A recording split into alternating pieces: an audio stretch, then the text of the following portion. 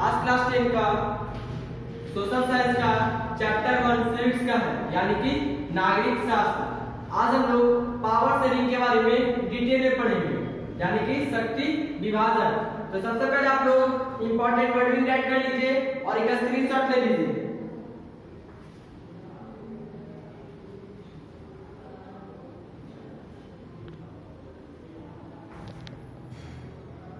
हम लोग का फर्स्ट टॉपिक है नीड ऑफ पावर शेयरिंग, यानी कि शक्ति विभाजन की जरूरत। हम लोग को पावर क्यों शेयर करना चाहिए, अब हम लोग इसके बारे में पढ़ेंगे। तो power sharing among the three organs of a state, that is legislature, executive and judiciary.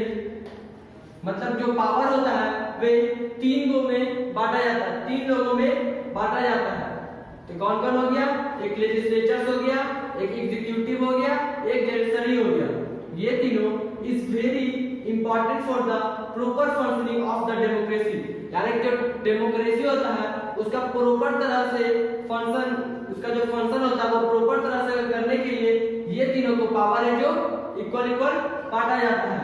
उसका जो है हम लोग दो को देश का करेंगे, बेल्जियम और श्रीलंका का, देखेंगे कि दोनों में किस तरह से पावर बांटा हुआ है। तो Belgium is a federal state in western Europe, यानी कि वेस्टर्न यूरोप में एक बेल्जियम है जो एक फेडरल स्टेट है। It has borders with the France, Germany etc, यानी कि इसका जो फ्रांस है और जर्मनी है और भी जो देश है वो सब के साथ इसका जो बॉर्डर है जो जुड़ा हुआ है, किसका, बेल्जियम का। It has a population of a little over 1 crore, यानी कि जो बेल्जियम का जो पूरा जितना आदमी रहता है, जितना जनसंख्या टोटल पॉपुलेशन वो है कितना, 1 crore as compared to Sri Lanka. Sri Lanka से ये कम है। देखिएगा, out of the total population of the country 59% Flemish region and speak Dutch, 40% Wallonia region speak French and 1% German. यानी कि टोटल पॉपुलेशन है 1 करोड़, उसमें से 59% है जो फ्लेमिश रीजन के रहने वाले हैं और जो कि डच बोलते हैं, और 40% है जो वैलोनिया रीजन के हैं जो कि फ्रेंच बोलते हैं, और 1% है जो सिर्फ जर्मन के हैं। ठीक, अब है श्रीलंका। तो Sri Lanka is an island nation in the Indian ocean, just a few kilometres away from the southern coast of Tamil Nadu, यानी कि तमिलनाडु का साउथर्न कोस्ट है जो उससे कुछ ही किलोमीटर दूर में है इंडियन ओशियन, जहां पे श्रीलंका पड़ता है। ठीक, फिर बोल रहा है Sri Lanka has a diverse population of about 2 crore people with 74% Sinhalese and 18% Tamil, यानी कि जस्ट बेल्जियम की डबल रहता है कौन, श्रीलंका में टोटल पॉपुलेशन, जिसमें 74% है जो सिन्हालेस का है और 18% तमिल के। तो यहाँ पर आप लोग का थर्ड टॉपिक एंड होता है, और डिटेल आप लोग को श्रीलंका और बेल्जियम का पढ़ना है। तो अपने बुक को अच्छी तरह से रीडिंग करें, उसमें बहुत सारे अच्छे क्वेश्चन भी आता है।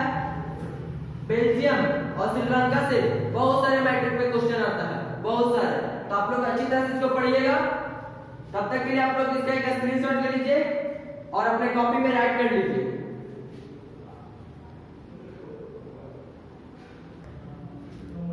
अब हम लोग का नेक्स्ट टॉपिक है why power sharing is desirable, यानी कि शक्ति विभाजन क्यों वांछनीय है। अब हम लोग इसके बारे में पढ़ेंगे। तो 2 different sets of reasons can be given in favour of power sharing, यानी कि जो पावर शेयरिंग होता है उसमें दो को रीजंस करके बांटा हुआ है। ठीक, पहला है प्रूडेंशियल।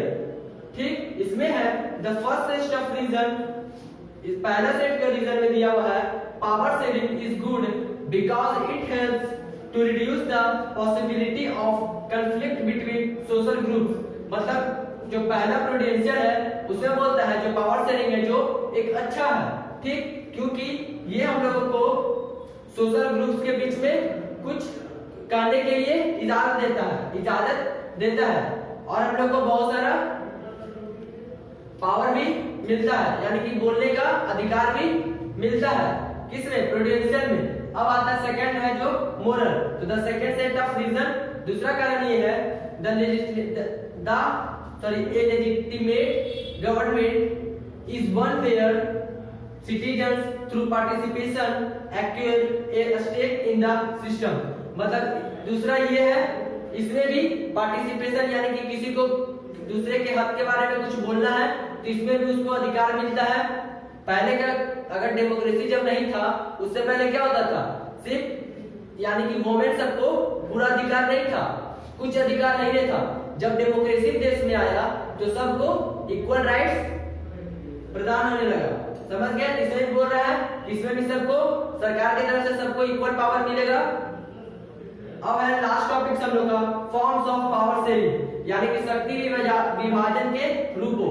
जो शक्ति विभाजन है उसके कौन कौन से रूप होते हैं, तो आप लोगों के बुक में बहुत सारा रूप दिया होगा, तो उसमें हमने 2 रूप लिखे हैं। तो पहला है द जज are appointed by the executive but they can be check the functioning of executive और laws made by the legislature.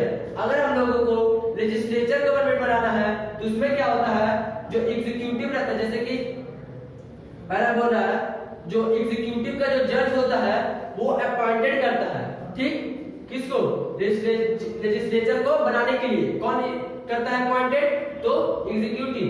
लेकिन they can be check the functioning of executive और laws made by the legislature. मतलब ये जो appointed करता है executive, वो उसको इसी तरह से नहीं बना देता, उसका कुछ कारण भी होता है। तो क्या है, उसका जितना भी रहेगा, एग्जीक्यूटिव का जितना भी कानून ये सब रहेगा, सब कानून से वो चलकर ही अपना उसको बनाएगा, लेजिस्लेचर को बनाएगा। ये नहीं कि हम बोल दिए कि तुम बन गए लेजिस्लेचर के गवर्नमेंट, तुम बन गए, जाओ हो गया, इस तरह से नहीं।